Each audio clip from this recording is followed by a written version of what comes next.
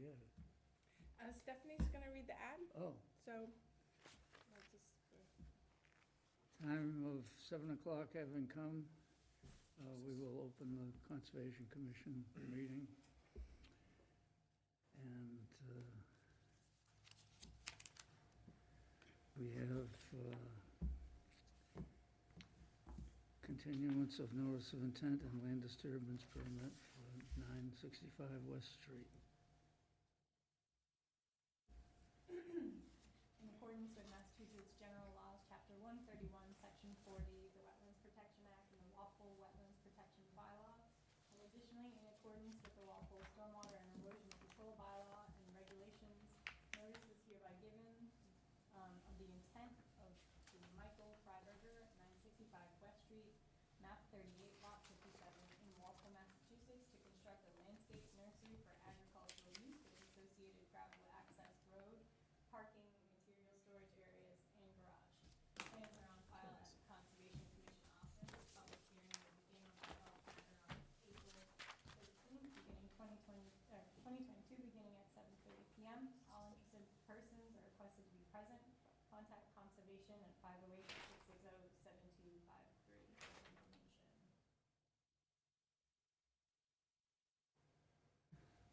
The hearing has been requested that we continue by the applicant. that's correct. I received an email from the applicant. They had been working on the revised plans that we wanted and the revised replication area, and they weren't done yet, so. You did ask him for a while.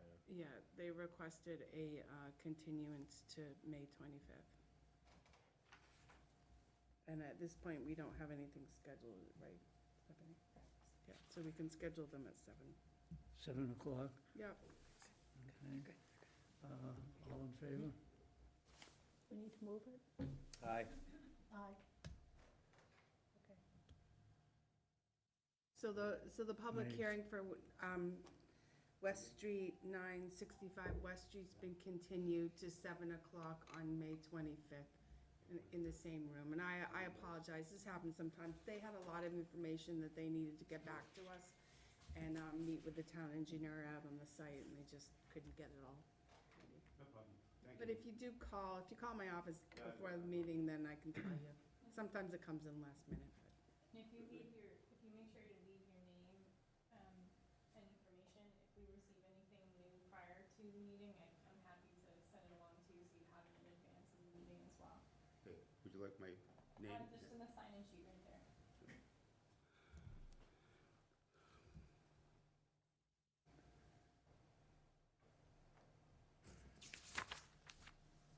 Okay, looks like we have some time to deal with other items on our agenda.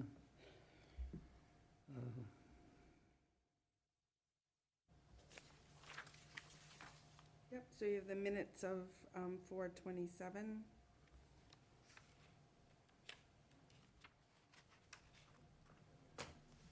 Anybody move those? Well, I'm going to just ask that we strike out that Dyer said that we haven't been allowing guests to be sharing a meeting. I think if we remove that sentence, Dyer captures it in a different sentence later.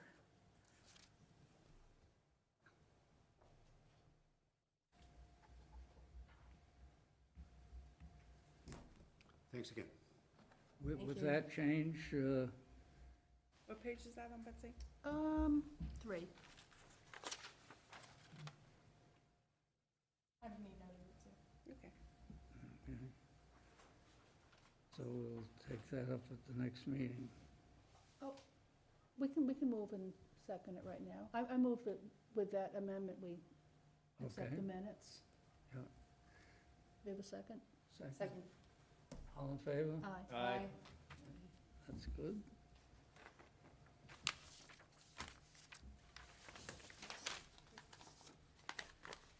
Do we have something on the conservation land on North Street?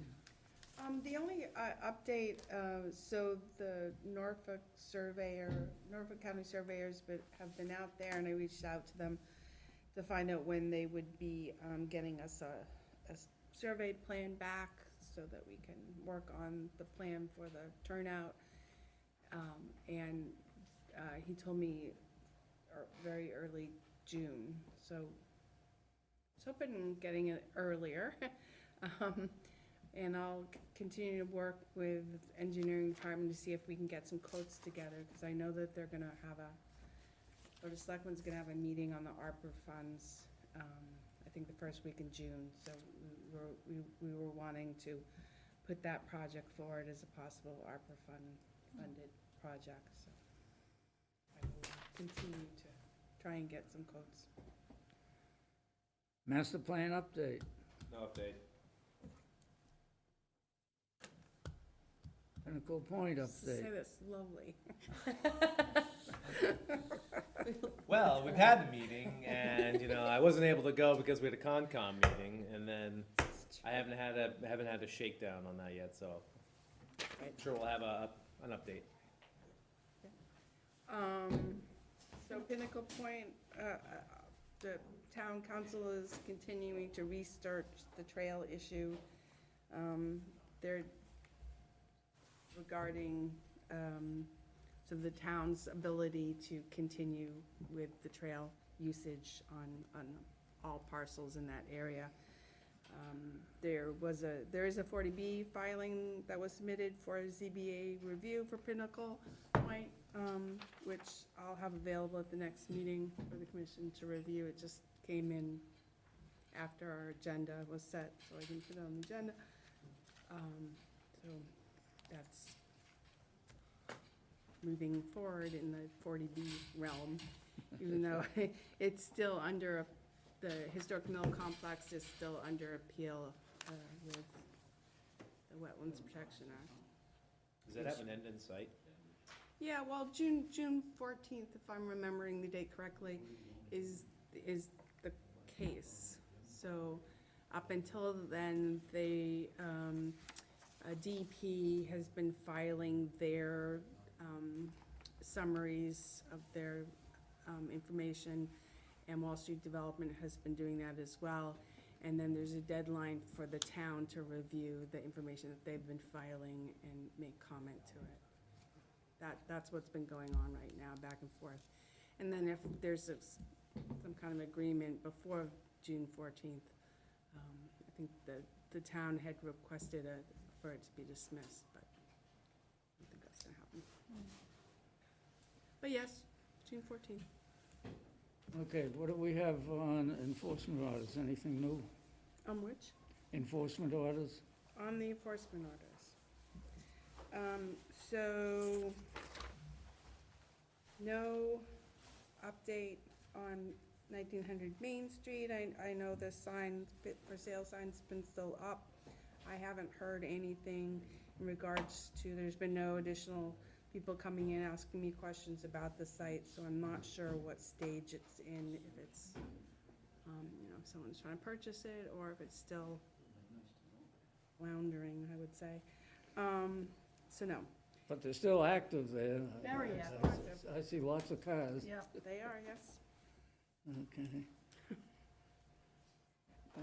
Palmer Lane 3 and 4, so Michael Brait did reach out to me to schedule a site visit to go out and review the plantings that were done there last spring. So I will reach out and schedule sometime probably next week. Burns Ave. So Burns Ave, Executive. yeah, so Burns Ave, there is some information that we should discuss in executive session. So there is an executive session line item on the agenda for Walpole versus Petrosi.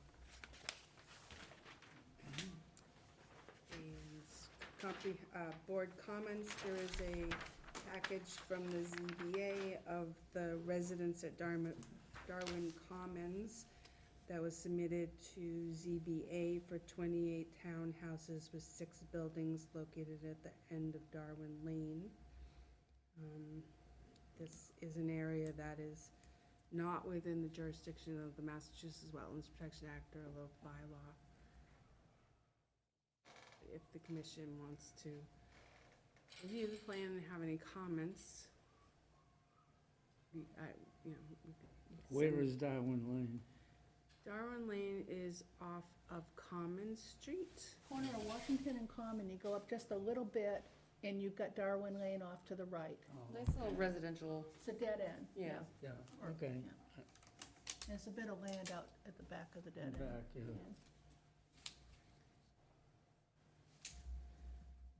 Are those, what's beyond, there's something that runs that kind of,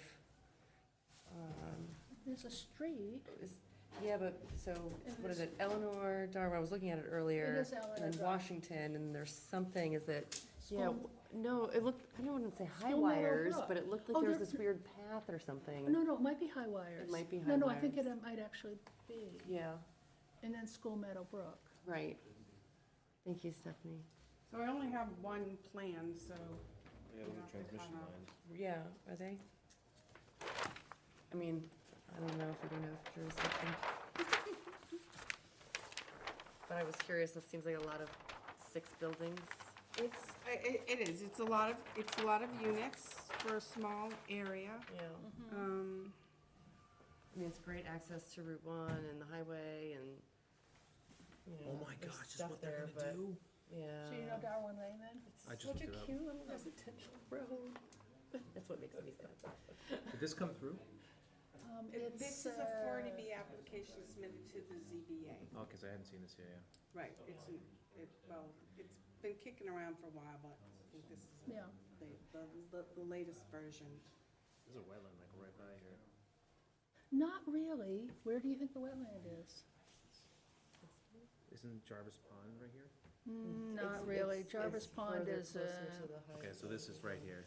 so, And this. Oh, yeah, you Yes, have it up. yeah. and- Yeah, so maybe there, no, that's high. Is there Yeah. a hill? Yeah, there's a hill. Yeah, it's gonna be in that big green area So this giant wetland. at the end Oh, of yeah, that it's That's street. across the It's lines. not within 100 It's gonna be like, No. yeah, that, yep, right That's in outside there. the easement.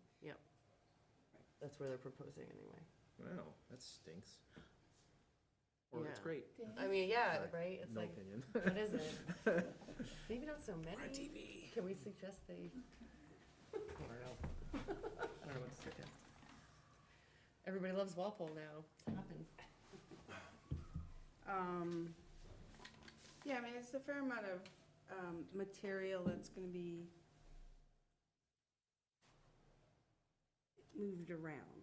So the commission could send a letter just as far as So they'll have to- sedimentation controls. They'll have to file a land disturbance permit. Not if it's a 40B, Well, and can this we, is what it is. can we suggest that nonetheless, that be encouraged or something? No, because that's sort of the whole purpose of 40Bs, that it circumvents bylaws. Yeah, What we can do is things from the bylaws such as stormwater management, which it will definitely be reviewed, and erosion control and items in the stormwater bylaw, we can ask them to look at and apply. In good faith type of thing? Hmm? In good faith type of thing? Please? Yeah, I mean, it doesn't mean it doesn't, well, my interpretation is it doesn't mean that they can't comply with things that make sense to safeguard the town. It just means they don't have to go to the other boards and Understand. go through the yeah, the Board of bylaws. Appeals represents all of us. Right, the Board of Appeal represents us all, so the commission can certainly ask them to apply certain requirements, if that's what you would So like. let's do that. I move that we do that. I will put a draft letter Okay. together. and, Please. During construction, we don't want a disaster because they're not complying. Right. You don't want any disasters. Okay, so, looks like we've covered everything. Get rid of that obnoxious light. Oh, it's the sun. Every time I look at you, I get the sun in my eyes. Okay, yeah, it is 7:15. You can move on to the next. What? That's right. It's 7:15, we have a notice of intent, 7 Cardinal Lane. Actually, It's actually Yeah, 5, right? yeah, I remember that. We won't hold it against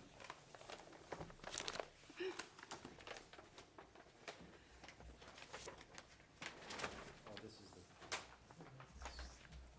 don't know if we have it yet. It was That might online. it was on his It election. was online, I yeah. guess so.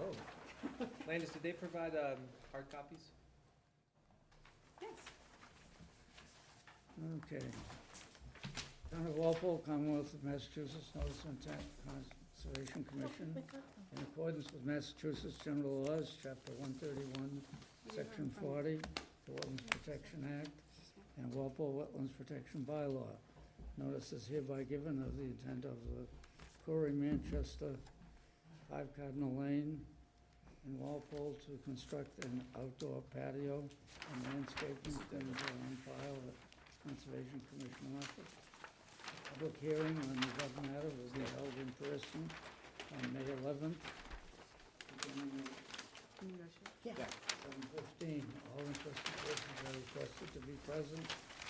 Contact Conservation Commission at 508-660-7253. John Wiley, Chairman. Let's see.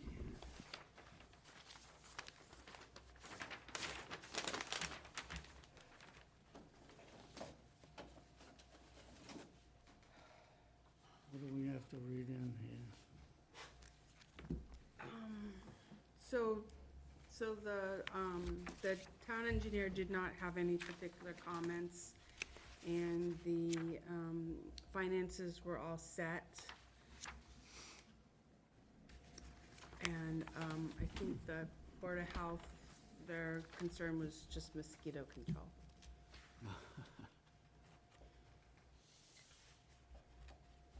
Well, we've got mosquitoes. I've been batting them around lately. But we That's- also have black flies. Oh, yes, yeah, Mm. yeah. That's the notification to abutters.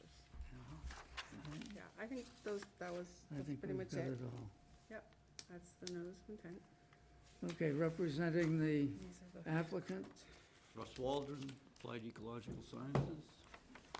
So, the project involves the removal of an existing stone patio and, associated stone walls and steps, and bringing the yard grade up to the level of what is the existing patio now, and then constructing a new patio with a fire pit and a covered kitchen area. In order to accomplish that, they're gonna put in 2 terraced block walls. I don't think the actual type of wall has been nailed down. It'll be either the big concrete solid ones or something more, decorative. And the elevation, the grade will then, the new grade will slope from the edge of the new patio down to the top of the higher wall, the rear wall. And closest distance to the 25 is 4 feet, and that's the lower wall. There's an existing shed that sits right about here, and that's gonna get pulled back so that that's all out of the 25. And then, the rest of it's gonna involve landscaping, new lawn, plantings and such.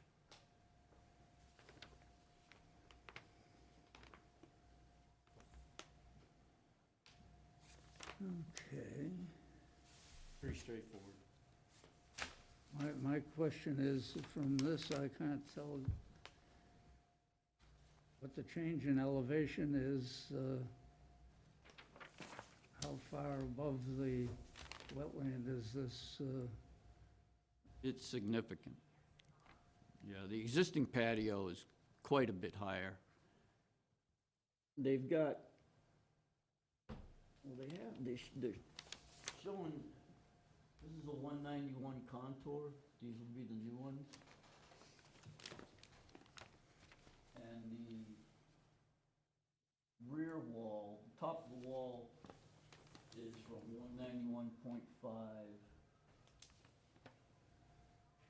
to 190.5 on this end. And then it's pretty much the same going across. And it slopes down 187.0 to the top of the second wall. The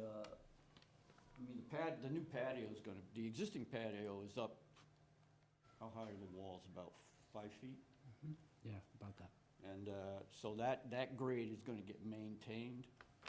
When those walls go, that's all gonna get filled, and so the new yard is just gonna be a gradual slope down to the top of the rear wall to match that elevation. And that'll all get grassed over, put back to lawn, which is what it is right now. So we don't have any description of what the wall is and how it's constructed. Well, like I said, it's either gonna be those big concrete block walls, or, what were you and Mike? The Allen block. Allen block. And they'll be tiered, a lower one and a slightly higher one, with grass in between the two. Well, I think we need to see what you are gonna have there and how it's gonna be done. Are you gonna bring trucks and big machines in right next to the edge of the wetland to do that? Good chance of it, yeah.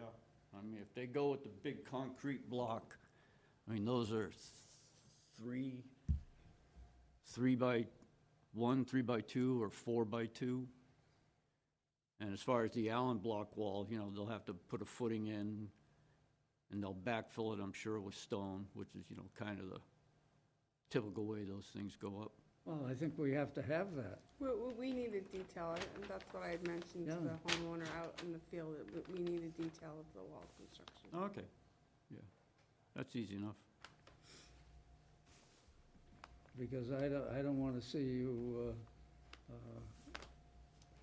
doing something that isn't going to be satisfactory, and then the homeowner is stuck with an erosion problem and damage into the wetland. Mm-hmm. So we want to see a detail of how this wall is going to happen. The comments from our membership, yeah. Hello.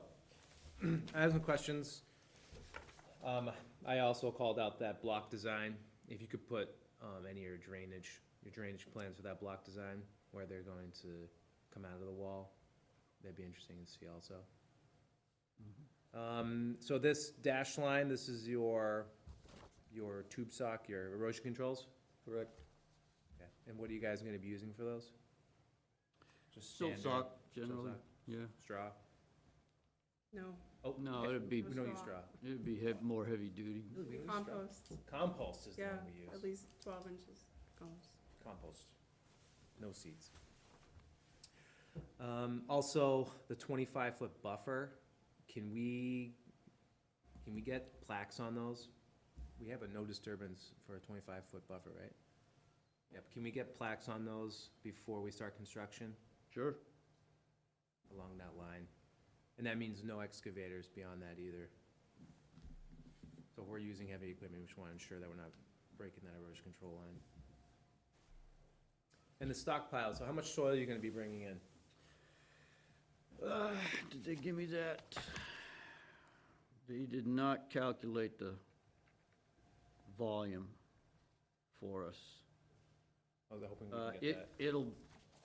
It'll be a lot. It's a bunch. Yeah, It's a bunch, yeah. It's like 13 feet of grade, yeah. Yeah. And so you have a stockpile location, which is great. Yeah. You got erosion controls right up there. I think that's fantastic. So, I mean, okay.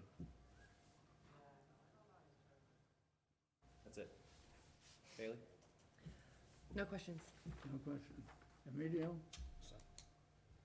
No comment.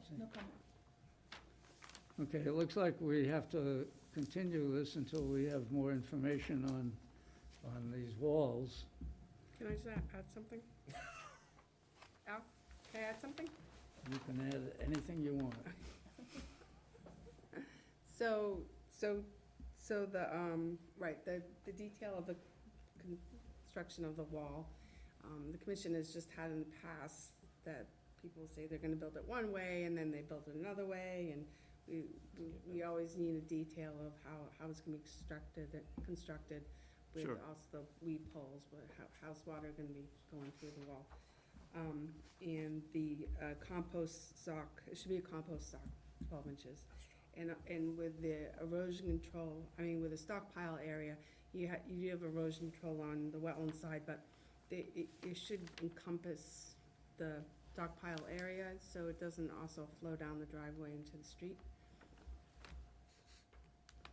Yeah, So the driveway and the street needs to be kept clean, and the soil needs to be kept in place, so usually ringing it with erosion control works well.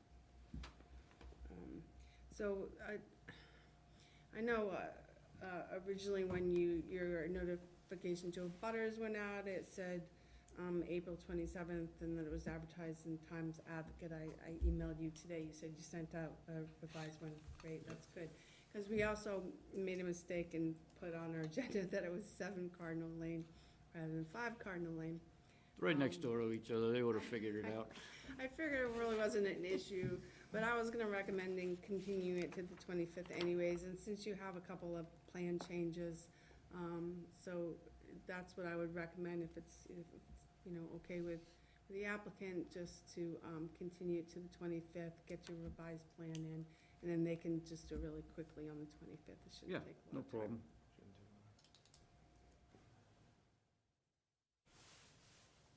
And make sure that you have enough room between the erosion control and the work for your machine to go, because once you put up that erosion control, that's the, Well, all the work's gonna be done on the, what I'll call the upslope side of the erosion control. You know, all the once everything's demoed, it's wide open, so any machinery can just walk right in down and, go down towards the erosion control. They're not gonna have to go past it, or even reach past it. Because there's 4 feet of separation between the lower wall and the 25, and the erosion control right here is right along the 25. So that's 4 feet, and, all the work's gonna be coming from this direction. And it's a nice, it's a flat area right behind the house right now. Yeah. The machine can sit and. now the detail for the erosion control, I don't see, Yeah, it's right here. I see the thing that calls for erosion control wattle, but I don't see a silt fence of any kind, or a fence to limit the machine from driving over this wattle. And we use the compost sock. Like an orange fence? Well, We can put that up. okay, if you're smart enough to get an orange silt fence, then you only need one, whereas if you get a black silt fence, then you'll need an orange construction fence for visibility. So I've always told people to look around and find the orange silt fence to put beside the wattle or compost sock. We will take care of that, one way or the other. Anything else, Landis? Nope, that's it. So we have a continuance already to the 25th at 7 o'clock, so it has to be, let's try and note that,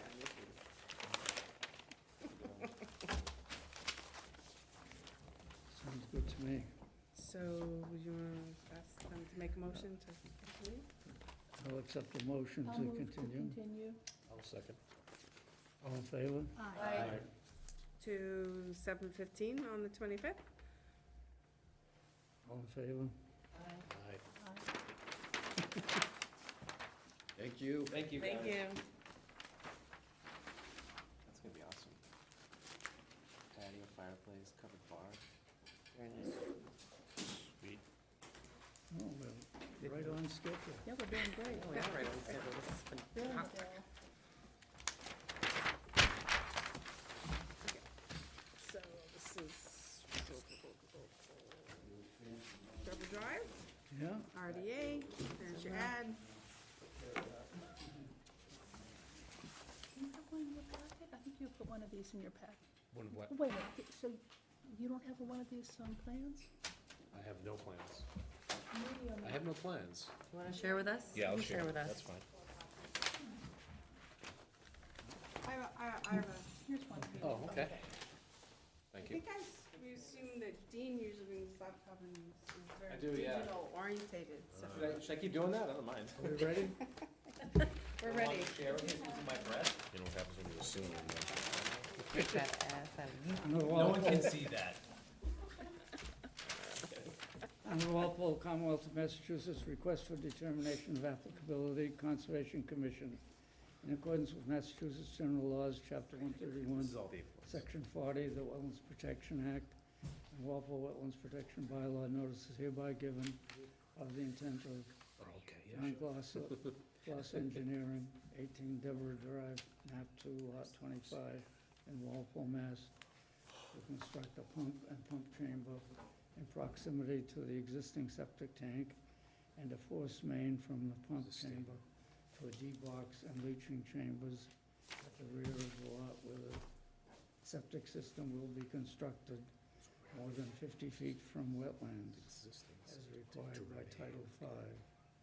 Plans are on file at the Conservation Commission office. The public hearing above matter will be held in person on May 11th, 2022, beginning at 7:30. All interested persons are requested to be present.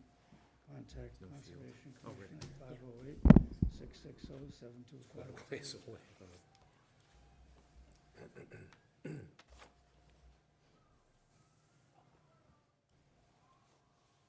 Board of Health has no concerns.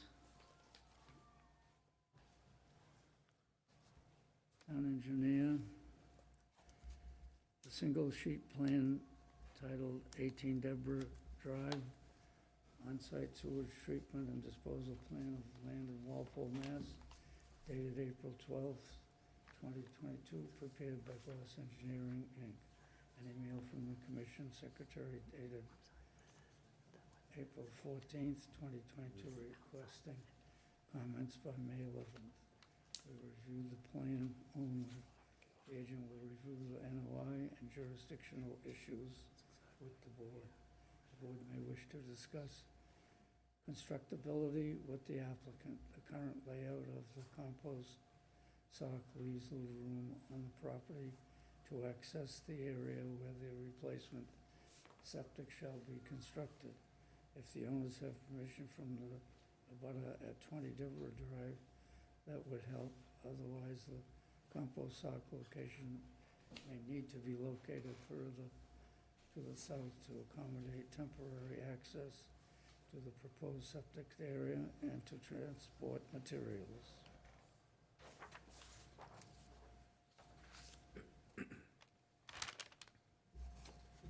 Okay, I guess that's it. I think that's it, yep. Representing the applicant, Mr. Chairman, my name is John Glossa. Glossa Engineering, 46 East Street in East Walpole. So I'm representing Mary Joyce, who's the owner of 18 Deborah Drive. So for anyone who might not know where 18 Deborah Drive is, if you went up North Street, all the way to Bubbling Brook, all the way to 109, and took a left, then the next left that you can actually turn on is Apple Tree Lane. And as you go down the bottom of the hill, Apple Tree Lane sort of turns into Deborah Drive. And this is just as you go around the corner, it's a house on the left. And if this lot came in front of me today as a vacant lot, I'd say, good luck. You better go find a sewer somewhere, because there's no way you'd be able to put a septic system here, I don't believe, or even a house. But anyway, it's, But you've done it. it's a house that's there. It's an existing house. You know, obviously Mrs. Joyce lives there. I think her son is living with her now. Her son's, you know, has had some medical problems and is living at home with his mother. Mary Joyce is a very nice person from Ireland with a little bit of a brogue. And Mary contacted me, I don't know, a few months back to replace her septic system. So she's not selling her house. She simply can't flush. This house, I think, was probably built in the early 70s, would you say? I think that's about when this area was developed. So it's been there for a while. So here's the house here and the driveway in the front. And you can see we labeled this an isolated land subject to flooding, but it does have BVW in it. It's just because the guys who did the survey and, you know, my guys kind of just wanted to point out that it's isolated. It doesn't really touch this other wetland, which is behind the house. And the septic system, as you can see, is right behind the house, probably no more than a few feet from that wetlands, the leach field. The septic tank's kind of to the back and to the left of the house. And so the only place on this lot, so the first thing by Title V, right, we have to find a place that meets Title V as much as possible. The separation from wetlands to a leach field is 50 feet. So the only place on this lot where you're gonna meet that is at the very rear of the lot back here. So we took our machine, Roy Jones drove the machine up here. There's actually a little bit of a path that comes to the rear of the lot, and then there's a big path that kind of runs across the back of this lot. Not really sure why. I mean, it's more than a path. It's like a road that somebody had put in there a long time ago, you know. It's not really covered over with trees or anything. It's fairly easy to sort of drive back and forth on it, but there's nothing under it. We actually dug into it a little bit. It was, you know, somebody went in there and stripped the soil and put in, wouldn't call it gravel, but more granular type of soil. And I think maybe when there's a house way back here, maybe when they built that house, that's how they accessed it for construction purposes. But anyway, that's sort of kind of the lay of the land. This house is on a water service, so we're not worried about wells. I think all of these houses now are, at least in this location, are tied to the water at some time. At one time when this was first built, they were all on wells. Wells became contaminated because there was a gas station up on 109. Gas tanks leaked, and I think most of the wells in this subdivision became contaminated, and they've all now connected to the municipal water system. So we get our soil testing back here. It's really not that bad soil back there. It's what we call Canton soil, which is kind of like what they call ice contact outwash. So it washed out from under the glacier, but then the glacier collapses on it. So it's not like pure gravel, but I think we got an 8-minute an inch perk and a 10-minute inch perk. So then the idea is, well, how this is much higher in elevation than this down here. So how are we going to get there with our sewage? So we're going to leave the septic tank there. It's an existing 1,000-gallon septic tank. That was the standard at the time. And next to that, we're going to put in a pump chamber. So it's going to be a 1,000-gallon pump chamber. This pump chamber is what we call a monolithic tank. So most septic tanks and pump chambers come in two pieces, right? They're pretty heavy, concrete. And the two pieces come together like that. So think of like two blocks that are the same size, but they're void on the inside and they come together like that. But because of the high water table, right, we're pretty close to the wetlands, we make a monolithic tank, and that looks more like a shoebox, right? So the big part is the bottom, and then they just put the top on it. So the first thing, and Landis and I met out there, and Kenny Jones is going to build this. So I've gone over Kenny with exactly how he's going to do this.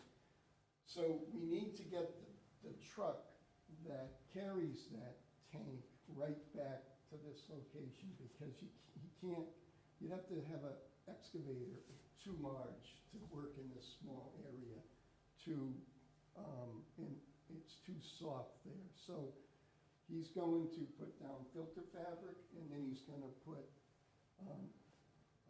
dense graded gravel over the top of that. You've seen that sort of gray stuff they put down.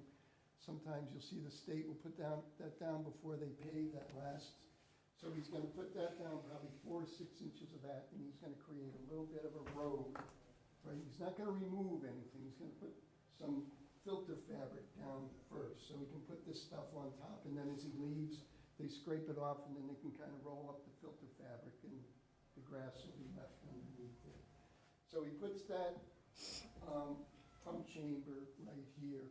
Now we have to bring the force main, right? So the force main is only a 2-inch pipe. And the force main can be very shallow. And you can see how we show it, very shallow under the ground. Because the force main only has sewage in it when the pump is pumping. When the pump shuts off, this force main is pitched back to the pump chamber. There's a weep hole in that pipe that's inside the pump chamber. Pump shuts off, there's about 13 gallons or so of sewage goes back into the pump chamber. So this pump will run once a day. I mean, it's not on a timer, but basically it'll run once a day. It runs for about between 4 and 5 minutes. Because we set it up for about 200 gallons a day. So it works by switches. We set those switches up for Floats, yeah. 200 gallons. They're float switches. Sewage comes up, they flip over, turn it on, flip back, turn it off. And so now the leach field up here, so we're gonna sort of follow this little bit of a path that comes here, and then we're gonna be on the big path. And actually, some of that leach field's gonna be on that bigger path. That's easy to access. No trees need to come down. No material needs to be brought there. In other words, we don't need to bring sand, stone, pea stone, we don't even filter fabric. We don't need to bring any of that stuff up there. So Kenny's gonna bring an excavator, but not his huge, one of his huge ones, but not one of the mini ones either. Sort of a mid-sized excavator that fits, I walked this with him, it fits up through this path and easily down this path. We're gonna build this, it's concrete, not concrete, it's plastic chambers, right? Infiltrator chambers. They weigh about 100 pounds each, so a couple of guys can actually just walk these up there. So we don't need to make a big deal out of, bringing up, a lot of heavy concrete chambers. We're gonna use plastic ones, which actually we use a lot even in situations that aren't like this. And then as far as the backfill between the chambers, so the way Title V works is, as long as we're below what's called the B layer, so you have topsoil, subsoils to B layer, as long as we're below that, we can just backfill with the material that we dig out of that excavation where we're gonna put the chambers. Normally, we would tell the contractor to use sand, but we're not gonna do that here because there's just no way to get it up there without making a mess and sort of putting the wetlands in a little bit more precarious situation than we need to. So we're not gonna use any sand. You've already gone over this with Melissa, with your Board of Health agent, and she agrees. So it can be done this way. It meets all of the regulations. Even Kenny would probably prefer to just backfill with sand because it's a lot simpler material to deal with. But he's gonna take the good C layer, the soil down below, put it off to the side, and then he'll sort of pick through it and get rid of the stones, and then he'll backfill that. The rest of the stuff will go over the top, and then he's going to use whatever topsoil and whatever that he pulled off of there to cover the system over. Landis and I talked about it, so if he doesn't have enough, he can get some mulch or some bark, pine bark, and with a skid steer, bring it up there and dress it off the best he can. What we're trying to do is avoid, the constant going back and forth with the machine. So I think we can do this without touching the wetlands. I know we come within 25 feet of your 25-foot no disturb in here. But as I said, that force main, it only goes down this deep. we don't really worry about it because it only has sewage in it for a few minutes every day and then it empties. So this system is fairly expensive. You know, I just think that with, you know, Landis's help, with the Board of Health agent, this can get done with Kenny Jones. He's gonna do the job. We can, you know, kind of help him out, keep an eye on it. But I just don't think that there's really any necessity to go to the next level, which would be to file a notice of intent. I don't think if we file a notice of intent, you're gonna get anything that's more control over what's gonna happen here. The same thing's gonna happen, we're just gonna, you know, have another filing, so. I think if you allow us to go forward, and the other thing is, you know, this is just south of $60,000, the construction and the permitting, so notice of intent costs, for me, if somebody comes to me, I need a notice of intent, it's at least $4,000. I don't wanna charge this woman another $4,000 to get this done, so. And as I said, she's not selling, she's staying, but she can't flush right now, so. Oh, and then the other thing, we're not doing this, Kenny's not gonna do this until July or August. Because if you go out there now, it's too soft, but once everything dries out, he'll be able to manage this a lot better, so. So that's, we're just asking if you'd give us a negative determination, and then you can add some conditions if you'd like, if that's what you'd want to do, but, you know, I'm confident that nothing's really gonna happen to these wetlands.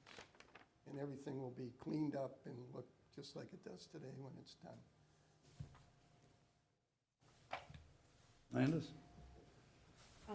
So, yeah, so I did go out there and went through the whole thing that John just let you guys know about, how they're gonna access the property and get up to that area where the septic field's gonna go. The plan that was submitted to us didn't have erosion control along the edge of the isolated lands subject to flooding / wetlands. So I did want that included along the edge there up to the driveway. So that can be protected when they go in and out. And then I just wanted a little more erosion control to hook up around the work site. It's just both in my notes. Yeah. So Yeah, we- and I didn't think the site should be grassed or anything, but it should just be stabilized, and then the forest will revegetate that area. But you know- Mostly, it's just all leaf litter up there. Right, Title V doesn't require grass, it just requires that 4 inches of topsoil, and it doesn't really have a spec for topsoil, so as long as Kenny covers that with 4 inches of topsoil, which is, he'll be taking off of the ground when he excavates and putting it off to the side, then that's all he needs to do. But, you know, I think you and I talked about it, if he does need to bring something else to make sure that that's gonna stay there, then, you know, I think he can do that, but, I just Yeah, think. the erosion control should just stay until it's stabilized, so it's Yeah, not yeah, gonna we can do start that, and moving then he down, can- downhill, because it is upgrade from the wetlands. Yeah, no, I agree, and I'll add the extra compost sock that you asked for, so.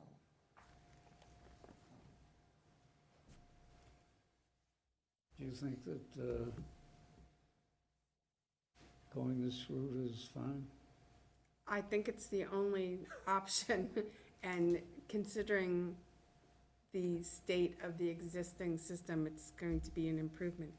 It actually, And that's it the looks thing with the- worse on the plan. It does, that's the same thing with these septic systems, they're fixing, generally when John comes in with a plan like this, he's fixing something that's not too good at the moment, so. Yeah, this one's terrible, this one's, This I one's don't know terrible. how it worked all Yeah. these years. I've because- actually had contact with her over the years with How that close it that is, area in it's like front that right here. fills up with water and almost goes in her front door, so. Yeah, and I don't know how that septic system works, because it's clearly under the water table in the Yep. spring. Yeah, I mean, if he does it the way he's described it, then it'll definitely work. Yeah, but, and not to Yeah. sell you too much, but, you know, now you're gonna get, a good system with, more than 4 feet of separation to the water table over soil that's, more conducive to, hydraulic conductivity and, versus, this can't even be perking very well, that thing right next to the wetlands. And there's a reason it's wetlands there, because the water doesn't go away, so. But believe me, I know you, It's also Just- like the lowest of, it's the lowest spot of a lot of, yeah, it's. High just- areas. Right, it's just that house is in a terrible spot, but fortunately for them, they have all of this room in the back here where, it's better soil, and it's more than 50 feet away from wetlands. There's nothing in the back or around the sides of this. It's just a much better area. That's probably where, if they were gonna build this house today, they'd probably try to put the house up there. And the other thing, if I didn't say it, is, so we've located the septic system, and I showed Landis, in an area there where we don't have to take down any trees. So we don't need to get anyone back there, other than just Kenny with his excavator, to make this work. All right. Okay, Okay. So, yeah, I had called out that EC, the arc up there on the top to enclose the Yeah. ECs around that. And so this, the wetland in the front here, you're gonna update your map? Or, we're all just agreed that it's a wetland and it's. Yeah, we're there's gonna BBW. change the words, so Okay. Landis asked me to. So why not use timber matting? Have you ever thought about using timber matting versus gravel and filter fabric? I don't, the means and methods really isn't my thing. I talked to Kenny about it, and this is how. Yeah, I was gonna say, the timber mats, there's no, you're gonna put down like road base on top of filter fabric, and then you're gonna remove it? That's just gonna be But- messy, Well, I'll mention that to him. Yeah, timber matting is, I use it in my field all the time, and they put it over wetlands. And No, yeah. it definitely reduces it to H20, below H20, so that would reduce the low H20 loading. they use it on the Right away. utilities, yeah, I so see we it up use there all the I time. work for Can utility, you yeah. use it in a small areas, can you use small Yeah, you can get 8-foot timber matting. mats? You can get 8-foot mats, they're not that expensive. I bet it's gonna be cheaper than putting gravel down, and then you're gonna bring in a small machine. You're gonna have to bring that small machine, you're gonna dig up all that gravel. That's gonna be messy. The filter fabric and the gravel, well, how you gonna dig that up? As I said, the means and I was gonna say, methods aren't. timber mats, I don't want, timber mats are a lot cleaner than all this gravel you're gonna put down. Okay, I will mention it to him. mhm. Right, so you understand that he only needs to bring the truck in. I mean, he can get it, the excavator really doesn't make any mess other than when it turns. When Yeah. it we already crawled over the front yard with it. It's the, It's the It's- additional weight of the structure. well, it's just, they can't, unless he gets a massive excavator, he can't lift up that. Or a crane. He can't, or a crane, he can't lift that pump chamber up. No. So they, have the gantry crane on the truck that comes, so they wanna back the truck up to the hole. I mean, this is the normal way they like to put the pump chamber or a septic tank in the hole, even if it's not a heavy one. But if they have to, they will lift them up and put them in themselves. I'm sure they don't want to, because They don't want to because the gantry crane holds it nice and steady. And then like all this other probably, Right, insurance so he stuff. just wants to he's just saying there's no way that he can get that truck, that he can get that tank back there unless it Understand. comes on the truck, so. so there's no sewer anywhere around here? No, What about on, so you think so it's more expensive to do this rather than pipe it up to the main road? there's no sewer.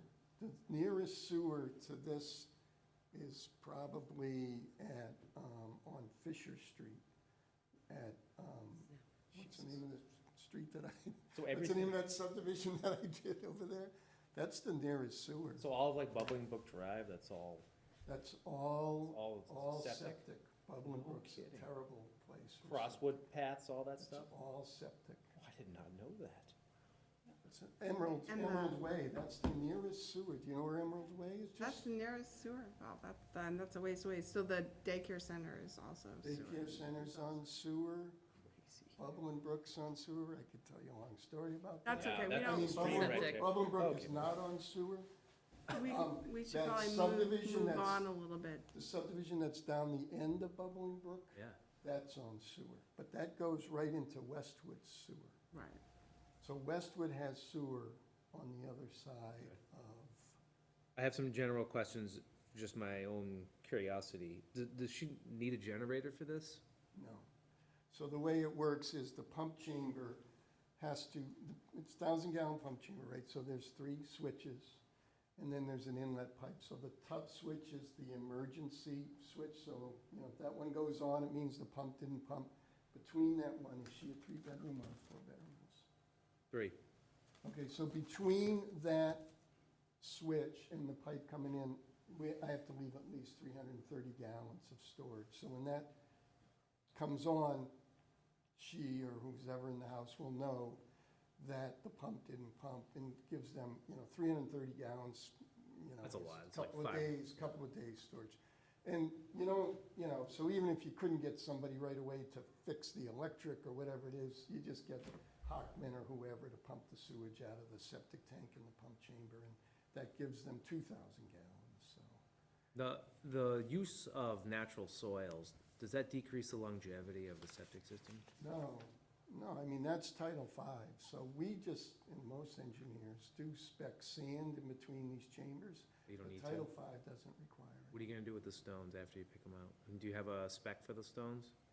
We're gonna pull out 6-inch minus, or he's not gonna care. He by regulation can put the soil that he dug out Subsoil. of the, so the C layer, right? Understand. Not the A or the B, but the C layer down underneath the naturally occurring. He can put that back in between the chambers and around the chambers. So we're gonna, even though we show it like this, a big, you know, excavation, he'll probably, these things are 2 feet, 10 inches. He's gonna make that as narrow as possible. How are you gonna avoid like compaction when you excavate? You worried about that now? No, we don't worry about that because the machine does not go over the leach fields. It doesn't go over these chambers. It stays off to the side. Have you ever done one of these before? I've done this one. Oh, I don't know, I've never heard of this, so and you've never heard any freezing with these lines? No, Okay, just asking that. no, I'm not exaggerating. I was designing septic systems in He's the sewer man. 1975. 4 hours alive. He's the septic Wait, man. when was this house built? Kind of a break, Wait, Dean. when was this house built? I was working in New Hampshire. How do you know it so well? 1975. No, they don't, it doesn't freeze because, like I said, the Yeah. sewage doesn't stay in it long enough. And the other thing is, it's very warm because it's, you know, connected to, there's a lot of action, a lot of bacterial action going on, Oh, even cool. in the pump chamber, right? There's a lot of stuff. A lot of bugs. Yeah, it's warm in those pump chambers, so. And then I'm gonna ask, can we add no disturbance plaques to our 25? Well, I mean, I'm not doing a notice of intent. This woman's not.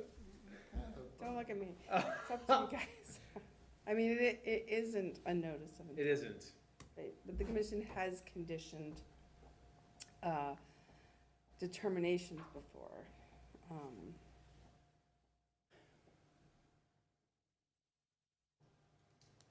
It's up to you guys, but I'm not exaggerating. She's already spending $60,000 to do this. So, There's really not, in the backyard, there really isn't a 25-foot no alteration area anyways, so. yeah, they'd be in the middle of her lawn. Just Don't- put it on her window, Dean, Yeah, yeah. of her house. Perfect. The commission has Let's not put it on her generally deck. asked Spray for paint. a 25-foot no alteration area to be reestablished if it's already been Oh, long it's already gone. been, So, yeah, altered. the lawn pretty much goes up to. All right, wetlands, so. had to ask. No more questions. How large is the lot? I think it's pretty large. It's I almost didn't 2 see it. acres, It's, 88,000 thanks. trees. 88,000 square feet. Do we as a commission ever consider when these types of properties come up that are really awkward and whatnot, offering to purchase? No. No, No. Because we don't have enough money? no, yeah, that's right. Okay. Yes. Yes, that's it. Emilio? Do you have a backflow preventer on the pipe, or do you need that going to the field, so it doesn't flow back in to the? It does flow back into the pump chamber. That's So how it's designed. we waste electricity, but it's the only way to happen, right? So think of the pump chamber, it's, a box like this. Right. And the pipe pumps down the bottom. The pipe comes up, turns, and then goes up to the leach fields, right? So where that pipe turns, right there, we put a hole in it. And in this case, we'll put a fairly large hole, like almost a half-inch hole. So when the pump's pumping, some of the sewage is just coming right back into the pump chamber. But the pump, believe me, these are 4/10 horsepower pumps. They pump really good. Right. So as soon as that pump shuts off, that hole it's only 13 gallons. I know it looks like it's a lot because it's a long, but it's only 13 gallons in Okay. there. It lets all of that drain back into the pump chamber. So the force main never, other than that 4 minutes that it turns on, it doesn't have any sewage in it. So we want it to work that way. Okay. So granted, we throw away a little electricity, a little energy, but if we didn't do that, that thing you couldn't build it, because it has to be 4 feet deep. But your septic system can't be more than 3 feet deep by Title V, so it just doesn't work. So they're all built that way. Okay. So everybody, I'm not saying you guys, I'm not making fun, I'm just saying, everybody knows that, the Board of Health people know that, the contractors know that they have to drill that hole. And I have to go out and have that pump run, and we measure it, how much, because there's a certain velocity, we want it to be 25 gallons a minute or more. That's what Title V says, so we always check to make sure they put in the weep hole, so. That's all. Thank you. Pepsin? Yeah, that was a really interesting explanation. It's kind of an interesting system. So I enjoyed that. I just have a question about, so the description of the property out back that is where you're gonna put the new leaching field. Is there any concern about like maple seedlings getting in there and it kind of growing up into a little maple grove and Well, destroying your plastic? That's a good point, Betsy, and we can let Mrs. Joyce know, but yeah, we don't want saplings, shrubs, anything. Grass is fine, we don't want anything else growing over that leach field or within 5 feet of that leach field, so. So can we put that into some sort of are we doing an order of conditions or something? Because it just seems like It's just a request for Oh, oh, determination. oh, okay. I mean, it's negative, just, positive. nobody, Yeah. the Board of Health, nobody really tells these people what to do. It's just common sense. I'll tell them what to do. Don't let this stuff grow over your leach field. I mean, believe me, sometimes we show up these houses and there's trees growing over the leach field and the people can't understand why the things don't work anymore. Well, also if she's in. Well, there's a tree growing on it, that's why it's not working, it's like, hello, McFly. Well, then But I mean, it's, Then explain it clearly. I mean, if she's an older woman who's maybe not walking out all the time, checking stuff, and no time at all, you have a maple grove, if you let it go. But yeah. something to mention. No, it's a good point, and I didn't think about it, but, I mean, we always tell the people that, a lot of people ask us, what can I put over it? Can I, plant flowers? Can I plant trees? Can I plant shrubs? We tell them no. Grass or nothing. So, I mean, they're gonna cover it with some kind of mulch, and I'll just tell her to keep an eye on it. If you see a little something growing, I mean, just pull it out and get rid of it, so. Something's been After you stopping pay trees 60 from growing on that little road. If you pay $60,000, you might not, you might wanna listen to John and not let something grow on it. Listen to John. All right, that's it, thank you. Okay, we done? I've heard a lot. I'm good. You're good, okay? Too much. Okay, Most I've ever heard for an RDA, that's for sure. a motion to close the hearing. I'll move that. I'll second. All in favor? Aye. Congratulations. Let's see, negative what? Negative termination. Thanks, John. Negative. just forget the numbers, but I think it's a negative two. So, wait, have you, oh, we've closed the hearing? Yeah. But you still have to. Oh, we have to vote. Right. Okay, so, all in favor? Aye. Okay. So will we include in the determination, well, you're gonna get us a revised plan, right? Yes. Okay. And you're gonna tell us about the matting or the soil structure? You just let us know what they're gonna choose? Yeah. That was it. I mean, I appreciate your input, Dean, and I'll definitely pass it on to Kenny and see what he has to say. A lot neater. Only thing wrong with timber mats is they're heavy. And he probably doesn't own any. I mean, if he Yeah, owned them, he- he'd be yeah. using them. You can rent Rent them. them. You can rent them. Yeah. Okay, but I just, I understand that, yeah. $60,000, he's already given a price probably, you know. I'm sure though, Yeah. he'll take your recommendation and look into it. Yeah, or- I mean, He's not stupid, swamp maybe. mats, I am assuming it's the Businessman, same I as understand. timber mats. Okay. I've seen also questions? just Thanks, John. like higher. Okay, so this is a negative determination. Yes, -2. Accept a motion. I'll move that. Second. And I was just included on the determination, even though John has stated that they're gonna do it in August, but that it be done during the drier season. Yeah, that's fine. I think they want Yeah, to, yeah. because Yeah, Kenny doesn't want to go out there. I'm sure he doesn't, but just, He doesn't want to go out there until it's, dry, Yeah. so July or August, he said. all right, All- so all we're gonna in put favor? July and August. Aye. Aye. Aye. Okay. Okay, great. Good night, everyone. Thank Good night. Thank you. Okay, so let's see. I'm Stephen, the peer reviewer from the Beta Group. Yeah, you're the next hearing, just hold on a second, and we're gonna get to you.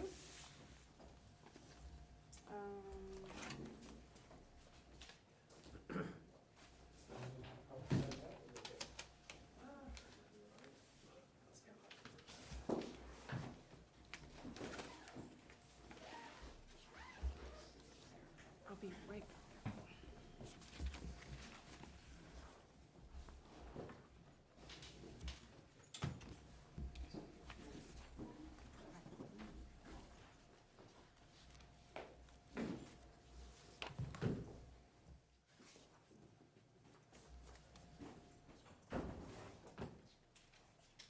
Okay. Public hearing, Town of Walpole, Land Disturbance Permit, Conservation Commission. In accordance with the Walpole Stormwater and Erosion Control Bylaw and regulations, notice is hereby given of the intent of Jim Johnson, Walpole Town Administrator, to file a land disturbance permit application for construction of a new middle school building and associated utilities, including stormwater management facilities located at 625 Washington Street, Walpole, Mass. Plans are on file at the Conservation Commission office. The public hearing on the above matter will be held in person on April 27, 2022, beginning at 7 p.m. All interested persons are requested to be present. Hearing was held and continued to tonight, May 11th.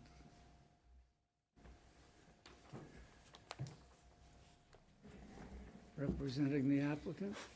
Okay, so I'm just gonna say we have, members of the, Bird Middle School team, here, and we also have, Stephen Borghetti,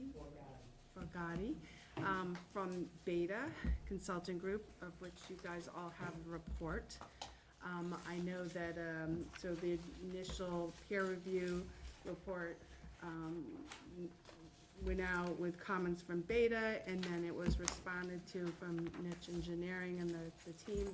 And then, the copy that you guys have, May 11th, is again the response back from Beta. So I know that there has been some revised, documents and plans, May 5th, that were submitted digitally. We didn't get hard copies yet, so I don't have them for you. So I think everyone is here, ready to discuss the project. How do you want to handle this, Al? Do you want the design team to kind of go over the plan first and then have the consultant come in and, to give a report on the commission based on his report, or? I think we ought to hear what the project is and the proposals, and then hear from our consultant from Beta. Sure. So, good evening, commission members. Thank you for the opportunity to present. Will Schrafer with Niche Engineering. Marissa Valentino from my office would have been here last week, or 2 weeks ago. That actually ended up being the day that my wife had twins, so I've been kind of in and out in the 2 weeks since then. So, thank you. Hey, Will, just make sure you kind of talk into the microphone there, because it is broadcast. Understood. Thank you. So I'm the project engineer for this project, or the project manager for this project. Been kind of doing the design through, and Marissa filled in for me. Was unable to be here. So we submitted our initial materials, and we got the report back from Beta, and we had submitted our responses, which included updated plans from both ourselves, Warner Larson, who is the landscape architect, documentation on phasing for sediment control and kind of construction overall. So we'll go through everything that we did submit as far as those updates and our responses to the peer review letter, and we'll speak with Stephen on the new letter that's coming through. But first, kind of wanted to go through, because we didn't really have the opportunity last time, because it hadn't been developed. We have Joel Kent with Fontaine Brothers, who is the construction manager on this project, and we submitted, as part of this resubmission on May 5th, phasing plans to kind of discuss our approach to how we were thinking about phasing and kind of the temporary measures to manage stormwater, manage erosion control, as we kind of went through. So I think that's what we first wanted to discuss. So I have those sheets that were submitted as part of that May 5th electronic submission up. I'd like to give Joel the opportunity to talk through. Sure. Hi, good evening. So I'm Joel Kent. I'm with Fontaine Brothers. We'll be the construction manager on the project. I was going through a lot of the feedback that was received. It seemed that there were a lot of questions on the construction phasing and how different erosion control measures would be carried out during the project. So I want to try and speak to the phasing as much as possible and kind of fill in any gaps that I can in terms of how the project will come together. We're talking about having an early site enabling package that will come out to bid this spring, late May, with the potential of having some site work start this summer. The site work that we'd focus on doing this summer is just an enabling package. So it's basically temporary measures to put in place to allow the bird school to function normally once construction actually starts. Along with that, there'll be some temporary utility construction. So the existing power service to the Bird Middle School and the existing water line actually pass through the footprint of what'll be the new building. So there's some temporary utility stuff that we'd want to do this summer while the kids are out of school. And we also, the footprint of the new building, which is basically going to be in this area here. If you can orient yourself, this is the Bird Middle School now. So this parking area ends up being taken over by construction as the building goes up. So part of what we would do this summer is recreate parking in what is now green space. It would not be paved, it would probably be in gravel, but this would be a kind of a temporary parking area to serve bird school during construction. So this summer, like I said, is really just about getting the site ready. Hopefully, we'd be aiming to get all of our construction fencing in. Obviously, there are elements of that would involve tree clearing to make room for construction fencing. So whatever clearing happened would be to allow fencing to get installed where we could. But that the goal isn't to come out this summer and kind of subgrade the whole area and clear everything and get right into it. It's more just to get the enabling done. The rest of the building packages, so foundations, the rest of the site work, the structural steel, those packages would be established with the design team a little bit later, would be bid out a little bit later, and that work would actually start later.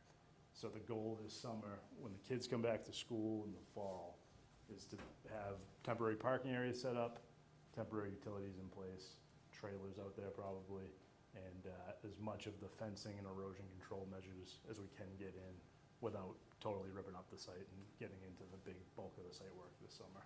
So that's kind of, we basically just kind of generally showed areas where we might be working at any given time during the summer.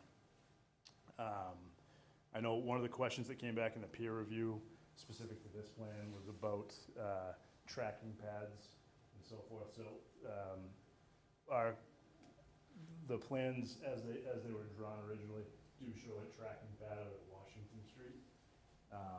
Our primary construction entrance, which you'll see on the next sheet, I think, is, can I just flip this? Yeah, That'll work. it should be in order.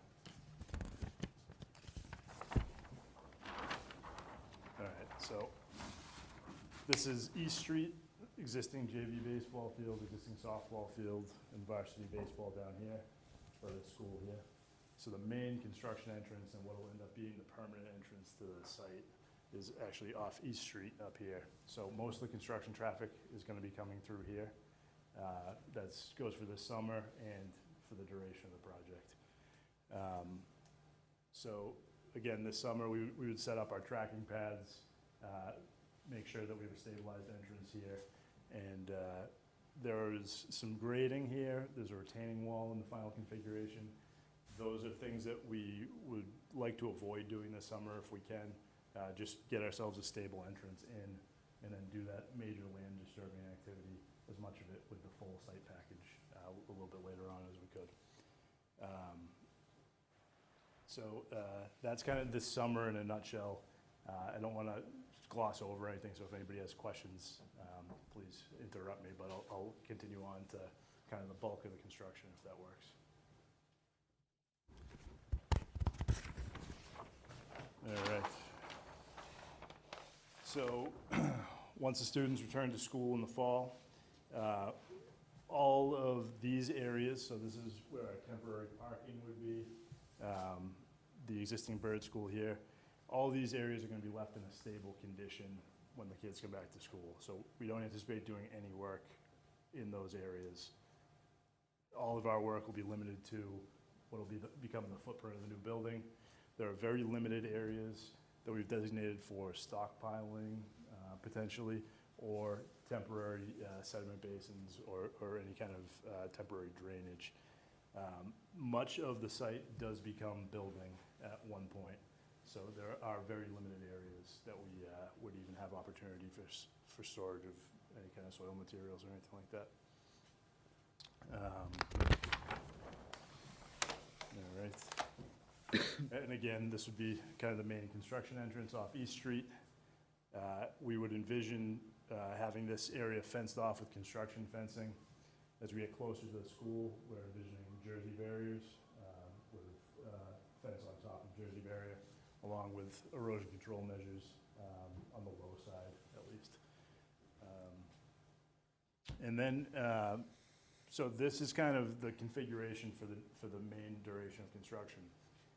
When the kids go out for the summer in, say, June 2023, and we get the site to take over again, we do anticipate going back into that temporary parking area and in some other areas around the site to get in some utilities. In particular, there's the current design calls for a storm tech chamber under that temporary parking area. We would have loved to have gone and got that in this summer, but it just doesn't seem feasible with lead times right now. So that is work we would go back kind of outside the construction fence to tackle in the summer of '23. And then once the kids come back, fall of '23, we're back inside that fence line again.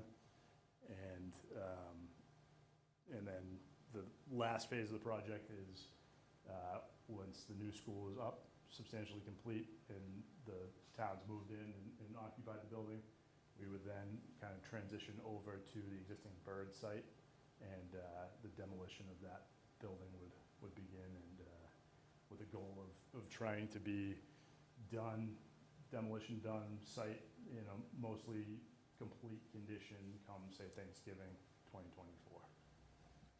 So that's kind of a high-level overview of the general construction sequencing. So can I ask a question? Sure.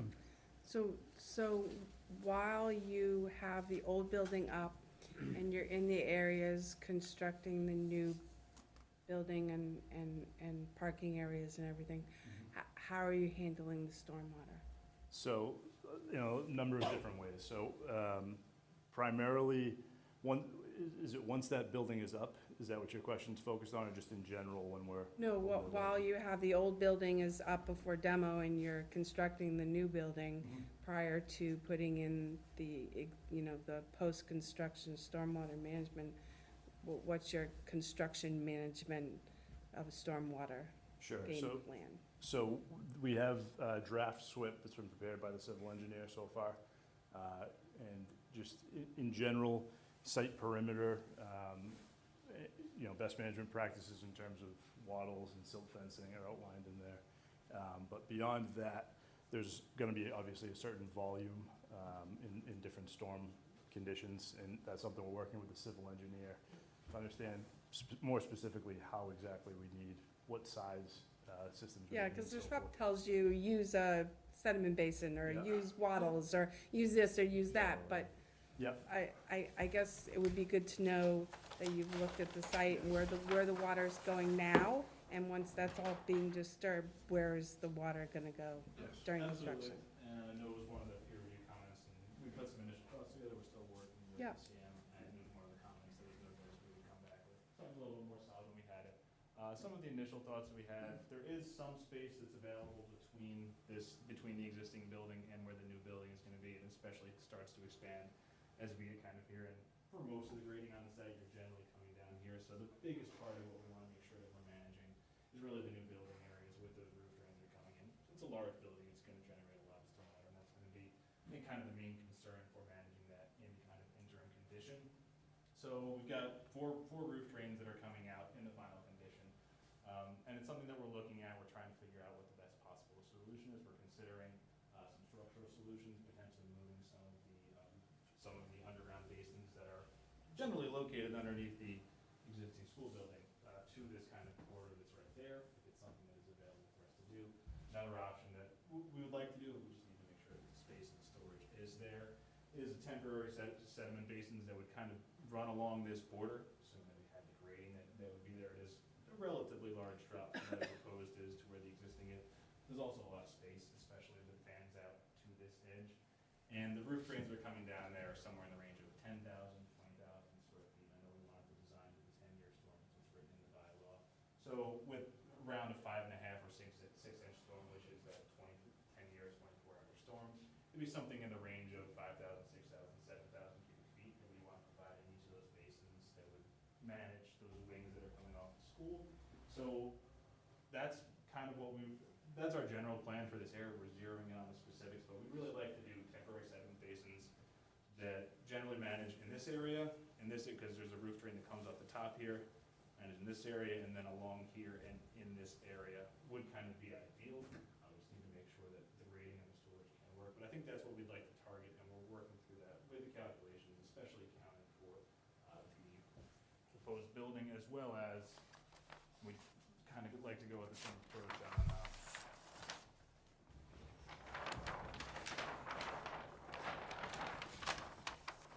the temporary bus access that's down here on the south part of the site.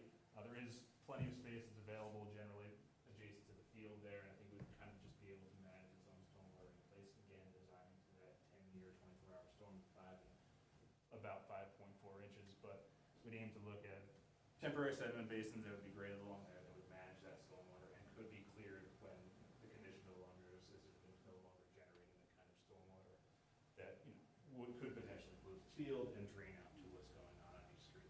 So those are the solutions we're taking a look at. We still need to get in on the final solution and obviously present it to you, but that's kind of what we're thinking and what we'd really like to pursue. We've got the volumes that we're kind of targeting to do the management there and have a general idea with the topography and the space that's available on the site, what we like to do.